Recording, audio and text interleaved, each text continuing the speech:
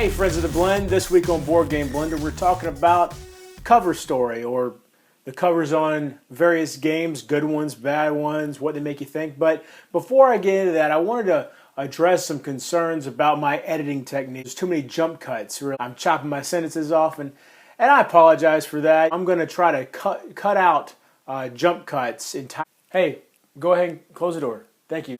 No, Tom, I think it's perfectly legitimate to put Nothing Personal as the next game in the Dice Tower Essentials line. Hey, Sam. What? No, don't listen to Jeremiah. I like you just the way you are. Shut the door! The guy that left that comment didn't like me talking off screen, so you gotta go. What can I say? I gotta please the people. So I promise, no more jump cuts. Getting into the cover story situation here, I'm gonna talk about Viticulture.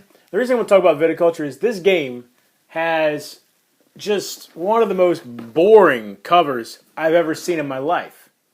I mean, look at it. Even by the standards of European farming games, this cover is boring.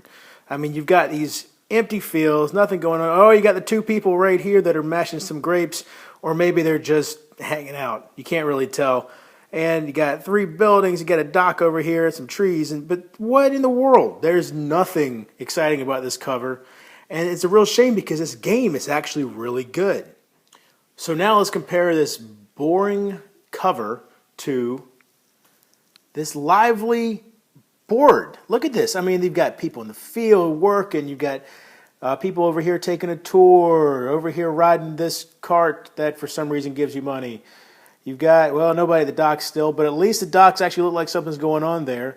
You got people over here in the field work and people actually mashing grapes. You can see what they're doing. I mean, the board itself is beautiful and gorgeous and actually looks like you got stuff going on in the farm. So to recap, boring, exciting, boring, lively, well, you get the idea.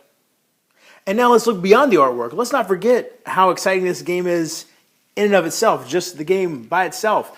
It is a game about you're doing all this stuff over here. You're trying to build the best vineyard in Tuscany, and while you're doing so, you're taking these actions from other people. You're getting on this spot even though you can't use the special action just to block somebody else from using it.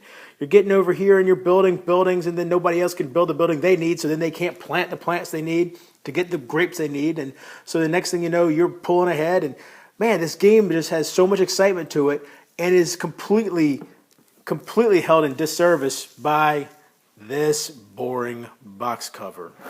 So the thing that new gamers need to take from a game like Viticulture is to realize two things. One, not a particularly exciting theme, growing grapes over the period of years and years and years. I don't know. I don't find that theme exciting in and of itself. And the cover didn't do any help. It did not help me decide to buy the game. It took me a long time after seeing this game before I finally decided to do it. And so you need to realize that you can find some fantastic games inside of some themes and covers and artwork that just don't appeal to you whatsoever. So until next time, if you're bored online, board offline.